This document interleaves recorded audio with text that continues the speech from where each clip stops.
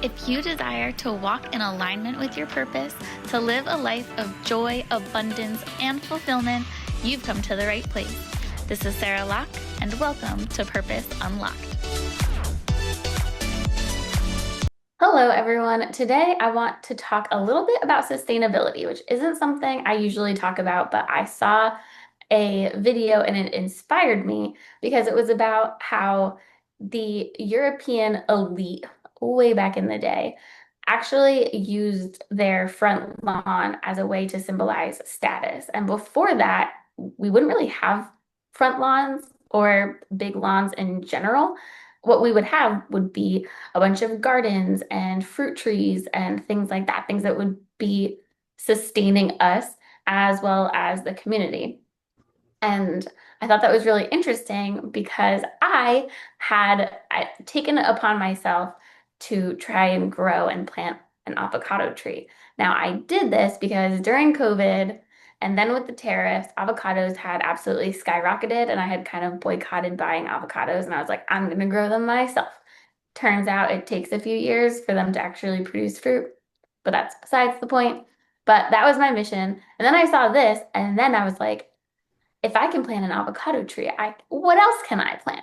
So I just wanted to talk about the fact that if we were to grow more of our own fruits and vegetables, we wouldn't have to rely as heavily on supermarkets, and we wouldn't have to worry about preventing pesticides from getting into our foods and feeding them to our families because we would just be growing all of that in our backyards. I love this topic. I am a huge supporter and promoter of sustainability. I looked into self-sustainability and planning for my future. However, I have since realized that it's hard to do it yourself because, okay, if I'm doing all this by myself, I'm doing all the taking care of the plants and animals, if I had a farm and all that, it's a lot of work. And if I'm sick and I go down because I'm sick or I get hurt or something happens, then it's not sustainable because then you don't have anybody actually taking care of it and keeping it going. So the new thing I'm into is community sustainability, and that goes off of what you're saying, where everybody growing stuff in their front yards. Because if I'm trying to plant everything in my own yard and I do cucumbers, tomatoes, and all this, it's like you only get so much because you only have a certain amount of space. However, if you work with everybody in your community and everybody on the block, everybody can use their space. And so instead of like you doing it yourself and only being able to get 2, 3 cucumbers, well, each house can be specific for one, or each house, or maybe 2 houses per item. So now you have 2 houses doing cucumbers, and now you have enough cucumbers for everybody on the block. And then if somebody on your block gets sick, well, you have 10, 12 other people where, okay, well, this week I'm not sick. I have a few extra hours in my day. I'll go help take care of the cucumbers for whoever who is sick or got hurt. Yeah, I think if you were raising animals, it would be a lot harder. But like you said, if you're sticking to produce, it's not like if you got sick, you have to tend to the produce. Like it'll be fine a few days without you weeding or watering it. Like, the weeds aren't going to grow that fast. And hopefully it rains enough in your area that, or even if you are sick, as long as you're not like on your deathbed, you can get up, get a hose and water the garden. So I just feel like produce is a lot easier. I had at one point looked into chickens because I really love eggs, but all of that is just, first of all, I don't I don't do poop. I'll clean my baby's poop and that's where that ends. But yeah, so the chickens, the chicken coop, I don't want the pecking, the yeah, birds they kind of freak me out. Like they have like those talons and yeah. Anyway, love eggs. Not a huge fan of live chickens.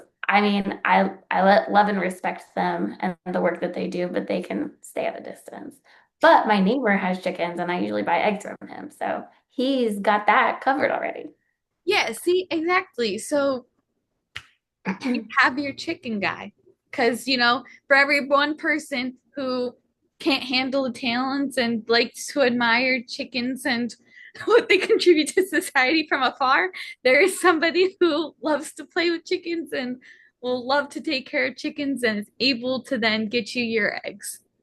His his children will literally pick them up like they're pets, like just scoop them up, and Yep. the chickens are fine with it because they've known those children since, the children were little, but then also like the chickens were, just like little chicks. So it's funny, like the boys are so comfortable with them, they'll just pick them right up, and the chickens are comfortable too. They're like, yeah, whatever. That wouldn't be the case if I tried to pick one up. Me and the chicken would both be in distress. So we're not going to do that. But so this is the other thing that I learned. So the Europeans would use lawns as like the status symbol. Like, I don't have to live off the land. Look how wealthy I am. So this is only like elite Europeans that did this. Then Americans took that European model and now everyone has a lawn. Like, I don't know anyone who just has a bunch of like fruit trees and gardens in their yard. Like, that's just not, it didn't even occur to me that that was something that people do. Right. And it was funny because then I talked to my husband about it, and he grew up in Jamaica. And he was like, "Oh yeah, we had like six fruit trees in our yard, and my mom grew callaloo, and if she had too much, because it just, it's so green there that fruit and vegetables and everything just grow like crazy. So when she got too much callaloo, she would just sell it to her neighbors, and I was like, what a healthy, beautiful way to like live off of the land." And it's fun So I feel like it's also fun for the kids. Like, because, like, one of my favorite things, especially fall's coming up, like, I love apple picking. And so it would be like so much cooler if it was from my own backyard. yeah, like we used to pick the blackberries in our backyard and eat them. Yeah. And it would be a lot cooler if we had a lot of different fruit options. Like Mark even said that on the way to school, if you didn't pack lunch or you didn't have the money to buy lunch, you would just like pick some fruit and bring it for lunch. So you'd have fresh mangoes and uh I forget I think it's called guinep. I don't know if I've ever had it, Fresh but mangoes for lunch. yeah, and that's just an everyday thing. I love that. So my next mission is hopefully the avocado tree grows, and then I will do a peach tree next. But I found out that you have to plant the peach tree very early spring, and you actually have to chill the seed or the pit for up to like 12 weeks or something like that before you plant it.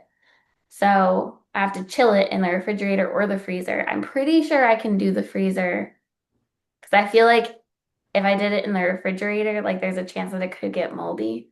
So again, this is an experiment. If you are still listening and have grown a peach tree, please leave a comment and give me some advice. But my AI Gemini friend, he said that I could do it in the freezer. So I am going to trust his judgment because I don't know what I'm doing, but that's going to be the next venture. I did find out that I did really want to do a lemon tree because I love putting lemon in my water. And for some reason, lemons are oddly expensive, which irritates me. So I was like, oh, okay, lemon tree, that's going to be next. And then I found out that they really only grow in really warm climates, which makes sense because I really only see lemon trees in California and like certain really warm parts of Italy. So it said that if I wanted to grow the lemon tree, I had to take it inside in the winter. And that's not really an option. I'm not an indoor outdoor plant kind of girl. I don't want to be bringing all those bugs inside. Not going to happen. How big are lemon trees? Because there's always the greenhouse option. Oh, I don't think they're that big. I don't think they're that tall. But I feel like a greenhouse might be kind of expensive. Also, what if it outgrows the greenhouse? Then do you Well, that's prune why it? I was asking. That's why I was asking how big they are. Yeah. I mean, you could probably prune it so that it doesn't outgrow the greenhouse. Probably. All right. We'll look into this option. It's a possibility. But then do I put it in a pot or do I put it in the ground? I feel like if I put it in a pot, it's not going to grow big enough to produce fruit. I feel like I'd have to put it in the ground and I'd have to build said greenhouse around it. And it'd have to be a greenhouse where you could take it down at the end of the winter so that it could get like fresh air and sunlight. I'm not a greenhouse connoisseur. I have admittedly looked into one for the avocado tree, but then I can't like plant them next to each other because then neither of them will have enough space. Or I'd have to engineer the greenhouse in such a way that I could basically like have the poles and then like big clear plastic tarps and then kind of like take it down. But that would require like digging really deep holes and filling it with cement so that the poles could withstand all the wind. Yeah, you could do that though. I can't, it's hard to dig that deep without the proper equipment though. You need like one of those fencing, those like fence diggers. Yes. All right. You I'm never sure said that, that you had all the tools already. all right. Yeah, I I just don't said it have, was possible and that it was a good idea. it's a potential. Okay. I'll look into that. I mean, I live in a very rural area, so the chance of someone selling a fence digger on Facebook Marketplace is actually fairly solid. I'll look. Also, I buy everything secondhand, and there's no shame in my game. Especially with something like that. You can even see and like compare how much it is to rent versus buy. Like if I you could even find one or if like you can rent one for cheaper, comparing. I could even rent one off of my egg guy because I know that his grandfather and his dad built the fence at their house. See, there you go. They probably have a fence digger. They probably do. I don't know if that's probably not what it's called. I'll more research to be done on this. But anyway, we should all be more sustainable and grow some of our own fruits and vegetables. So if you're still listening, I would love to know what fruits and vegetables or herbs or whatnot you are growing in your garden currently. I'm a big fan of herbs because they're one of those things that are very expensive to buy individually, but they're so easy to grow. So you just grow it in a little pot. So I do love to have on hand right now. I have basil, rosemary, and thyme. Those are kind of my go-tos. Big fan of basil. That can go in like pretty much anything, especially if you cook a lot of Italian food. So thanks for listening, and we look forward to hearing what you are growing. Thank you for the precious gift of your time. If you found this helpful, please be sure to like, subscribe, and share with someone you love. Until next time, count your blessings, love yourself, and stay fabulous.